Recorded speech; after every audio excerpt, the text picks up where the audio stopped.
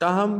زید بن ثابت رضی اللہ تعالیٰ عنہ چونکہ کاتب وحی بھی تھے، حافظ قرآن بھی تھے، قاری بھی تھے، اور نبی صلی اللہ علیہ وسلم کے زمانہ مبارک میں آپ صلی اللہ علیہ وسلم کے لیے مختلف خطوط بھی لکھا کرتے تھے، چنانچہ انہوں نے اس کام کو خلیفہ وقت کی فرما برداری کرتے ہوئے کرنے کی حامی بھر لی۔ چنانچہ حضرت زید بن ثابت اور ان کے ساتھیوں نے اس کام کو مکمل کرنے کے لیے طریقہ کار یہ رکھا کہ ہر آیت کو نبی صلی اللہ علیہ وسلم کے لکھوائے ہوئے اجزاء میں دیکھا جائے اور پھر اس پر حفاظ صحابہ کی گواہی لے کر اس کو قرآن مجید کے نسخے میں لکھا جائے۔ یہ کام تقریباً 1 سال کے عرصے میں مکمل ہوا اور پہلی مرتبہ قرآن ایک کتابی صورت میں دنیا کے سامنے آیا جسے مصحف صدیقی کا نام دیا گیا۔ مصحف صدیقی پہلے حضرت ابوبکر صدیق رضی اللہ تعالیٰ عنہ کی تحویل میں رہا۔ جب حضرت ابوبکر صدیق رضی اللہ تعالیٰ عنہ کی دنیا سے رخصتی ہوئی تو حضرت عمر فاروق رضی اللہ تعالیٰ عنہ نے اس کو سنبھالا، اور حضرت عمر فاروق رضی اللہ تعالیٰ عنہ کی شہادت کے بعد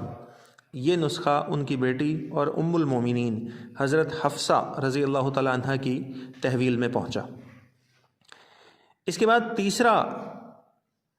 دور شروع ہوتا ہے تدوین کا، اور اسے ہم عہد عثمانی کے نام سے جانتے ہیں۔ دور ثالث یا تیسرا دور جو ہے، اس میں حضرت عثمان رضی اللہ تعالیٰ عنہ کا دور خلافت اور اس سے متعلقہ واقعات شامل ہیں۔ حضرت عثمان رضی اللہ تعالیٰ عنہ کے دور خلافت میں اسلامی ریاست 40,000 مربع میل سے زیادہ علاقے پر پھیل چکی تھی، اور اسلام جو ہے وہ عرب کی حدود سے نکل کر عجم میں جا چکا تھا۔ چنانچہ اس دور تک قرآن مجید کو پڑھنے کے 7 مختلف انداز تھے جو عرب کے قبائل میں بولی جانے والی عربی کے لہجوں کے اختلاف کی وجہ سے تھے، لیکن اس لہجے کے اختلاف سے الفاظ کے مفہوم پر کوئی فرق نہیں پڑتا تھا۔ تاہم عجم کے لوگوں کو اس علمی اختلاف کے متعلق معلومات نہ ہونے کی وجہ سے ان میں کسی قسم کا اختلاف برپا ہونا عام سی بات تھی۔ حضرت حذیفہ بن یمان رضی اللہ تعالیٰ عنہ ایک صحابی رسول ہیں جو نبی صلی اللہ علیہ وسلم کے رازدان تھے۔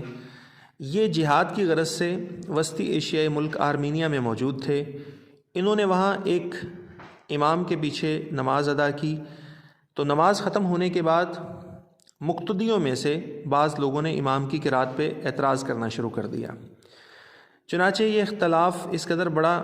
کہ ایک دوسرے سے لڑائی کی حد تک اس بات کو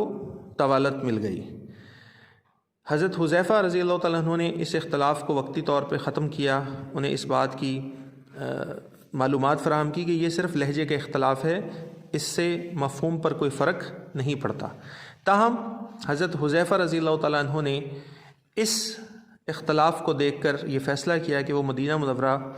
اس خاص مقصد کے لیے جائیں گے کہ حضرت عثمان رضی اللہ تعالیٰ عنہ جو امیر المومنین ہیں ان سے اس حوالے سے گفتگو کی جائے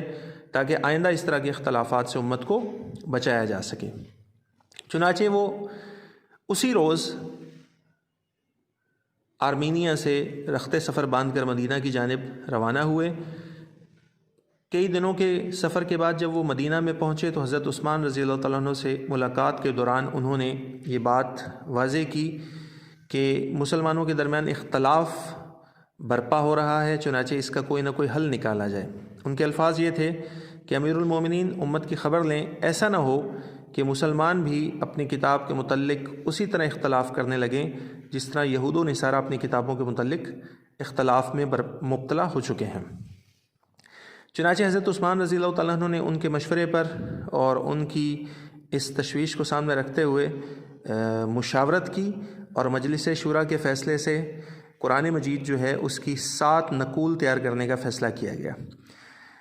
حضرت حفصہ رضی اللہ تعالیٰ عنہ سے مصحف صدیقی منگوایا گیا اور اس کو سامنے رکھتے ہوئے 7 مزید اس کی نقول تیار کی گئیں،